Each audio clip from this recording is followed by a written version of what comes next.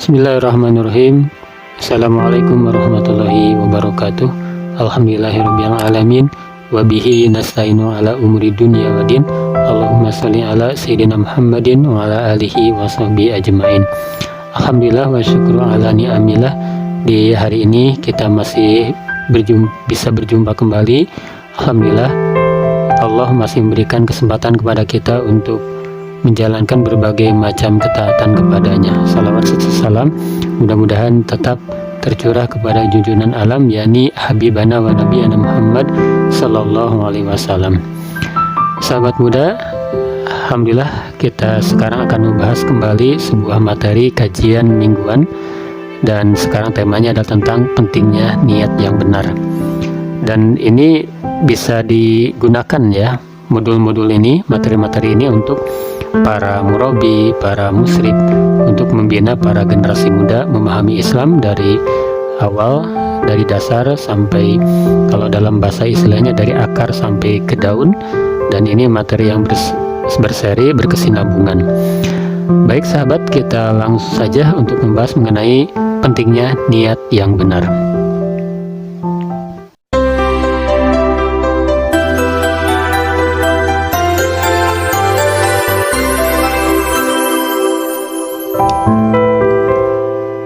Apa definisi niat?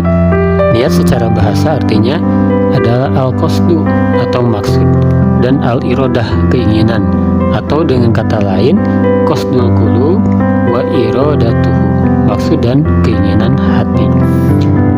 Kemudian Syekh Abdurrahman bin Nasir As-Sa'di berkata, niat adalah maksud dalam beramal untuk mendekatkan diri pada Allah, mencari ridhonya dan juga pahalanya.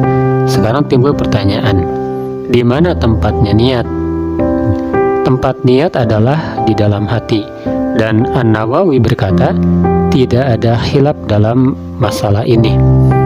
Kemudian Ibnu Taimiyah rahimahullah mengatakan, niat itu letaknya di hati berdasarkan kesepakatan para ulama.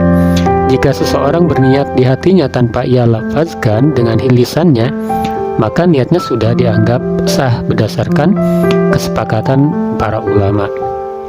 Nah, sekarang apa fungsi niat?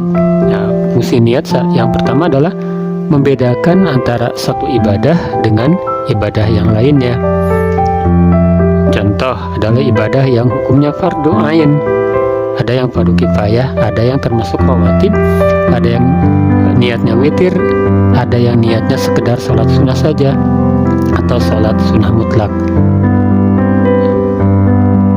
Kemudian yang kedua, membedakan antara ibadah dengan kebiasaan. Ya, contoh puasa. Puasa berarti meninggalkan makan, minum, dan pembatal lainnya. Namun terkadang seseorang meninggalkan makan dan minum karena kebiasaan, tanpa ada niat mendekatkan diri pada Allah. Terkadang pula maksudnya adalah ibadah. Kemudian fungsi niat berikutnya adalah membedakan tujuan seseorang dalam beribadah. Jadi, apakah seorang beribadah karena mengharap wajah Allah, ataukah ia beribadah karena selain Allah, seperti mengharapkan pujian manusia? Niat karena Allah. Nah, dalam hal ini Ibnu Taimiyah rahimahullah berkata, segala sesuatu yang tidak didasari ikhlas karena Allah pasti tidak bermanfaat dan tidak akan kekal. Keikhlasan Imam Malik, nah ini sebagai salah satu contoh. Para ulama menyebutkan bahwa Imam Ibnu Abi Zi'bi yang semasa dan senegeri dengan Imam Malik pernah menulis kitab yang lebih besar dari Muwatta. Karena demikian, Imam Malik pernah ditanya, apa faedahnya engkau menulis kitab yang sama seperti itu? Jawaban beliau, sesuatu yang ikhlas karena Allah pasti akan lebih langgeng. Kemudian ternyata kitab ini merupakan salah satu dari kutubut tis'ah atau 9 kitab hadis ulama di kalangan Sunni, dan menjadi rujukan penting khususnya di kalangan pesantren dan ulama kontemporer. Semula kitab ini memuat 10.000 hadis, namun lewat penelitian ulang Imam Malik hanya memasukkan 1.720 hadis. Imam Malik berkata, Suatu ketika aku mendemonstrasikan kitabku di hadapan 70 para ulama fikih Madinah dan semuanya menyetujuiku, wato'ani, maka aku pun menamainya dengan Al-Muwatta. Kemudian Imam Malik menyusun kitab ini menjadi dua bagian. Pertama, mengenai perkataan dan perbuatan Nabi Muhammad SAW, sunnah, serta riwayat perkataan dan perbuatan Nabi tersebut atau hadis. Kedua, mengenai pendapat dan keputusan resmi sahabat Nabi, penerus mereka, dan beberapa ulama kemudian. Kitab ini ditulis pada masa pemerintahan Khalifah Al-Mansur, ya, dan baru selesai di masa Khalifah Al-Mahdi, ya, sekitar tahun yang hidup atau berkuasa tahun 775 sampai 785 Masehi. Ya. Contoh yang kedua tentang keikhlasan Imam Nawawi. Nama lengkap beliau adalah Yahya bin Syaraf bin Hasan bin Husain An-Nawawi Ad-Dimashqi Abu Zakaria. Beliau dilahirkan pada bulan Muharram tahun 631 Hijriah di Nawa, sebuah kampung di daerah Damaskus yang sekarang merupakan ibu kota Suriah. Beliau wafat pada tanggal 24 Rajab tahun 676 Hijriah. Umurnya singkat, namun ilmunya terus kekal dan langgeng.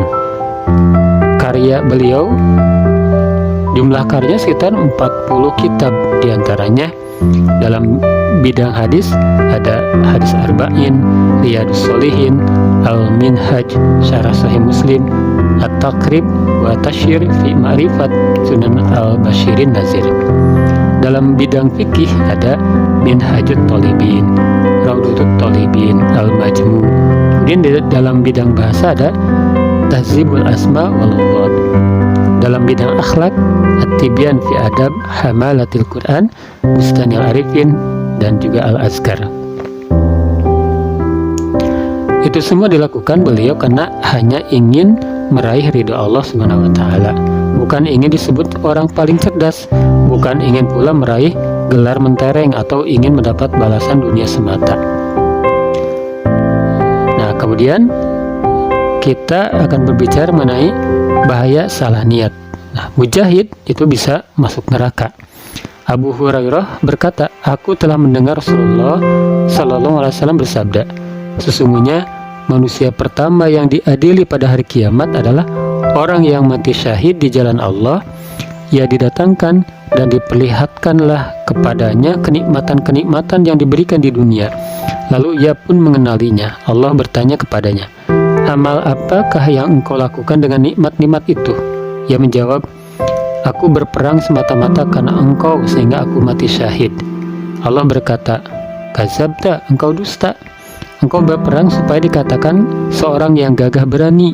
Memang demikianlah yang telah dikatakan tentang dirimu. Kemudian diperintahkan malaikat agar menyeret orang itu di atas mukanya tertelungkup lalu dilemparkan ke dalam neraka. Kemudian yang bahaya berikutnya, orang alim dan qori bisa masuk neraka. Berikutnya, orang yang diadili adalah seorang yang menuntut ilmu dan mengajarkannya serta membaca Al-Quran. Ia didatangkan dan diperlihatkan kepadanya kenikmatan-kenikmatannya, maka ia pun mengakuinya. Kemudian Allah menanyakannya, amal apakah yang telah engkau lakukan dengan kenikmatan-kenikmatan itu? Ia menjawab, aku menuntut ilmu dan mengajarkannya serta aku membaca Al-Quran hanyalah karena engkau. Allah berkata, kadzabta, engkau dusta. Engkau menuntut ilmu agar dikatakan sebagai seorang yang alim, yang berilmu, dan engkau membaca Al-Quran supaya dikatakan seorang qori, pembaca Al-Quran yang baik. Memang begitulah yang dikatakan tentang dirimu. Kemudian diperintahkanlah malaikat agar menyeret atas mukanya dan melemparkan ke dalam neraka. Kemudian yang ketiga, orang kaya bisa masuk neraka. Nah, berikutnya yang diadili adalah orang yang diberikan kelapangan rezeki dan berbagai macam harta benda. Ia didatangkan dan diperlihatkan kepadanya kenikmatan-kenikmatannya. Maka ia pun mengenalinya, mengakuinya. Allah bertanya, apa yang engkau telah lakukan dengan nikmat-nikmat itu? Ia menjawab, aku tidak pernah meninggalkan sedekah dan infak pada jalan yang engkau cintai. melainkan pasti aku melakukannya semata-mata karena engkau. Allah berkata, kadzabta, engkau dusta.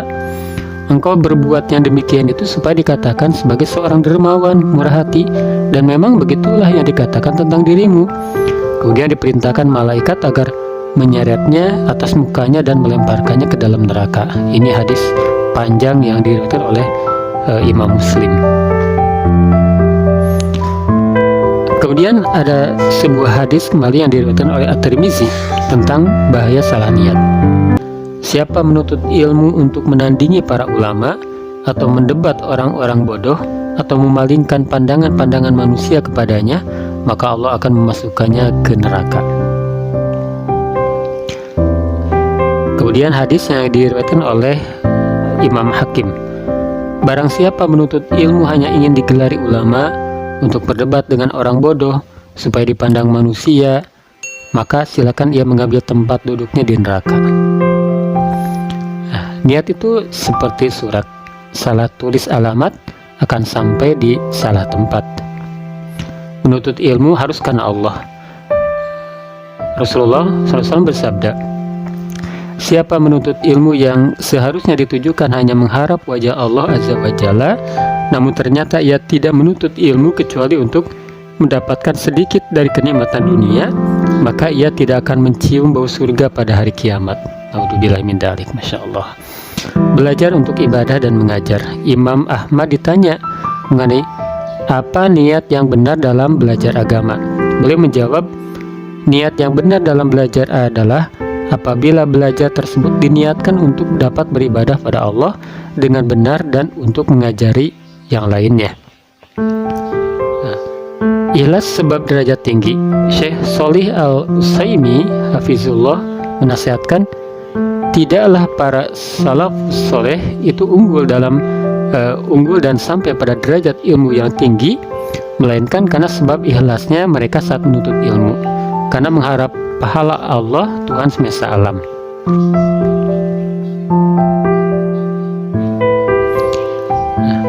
Syekh Sholih Al-Utsaimin juga mengatakan, seorang itu mendapatkan jatah ilmu sebanyak kadar ikhlasnya.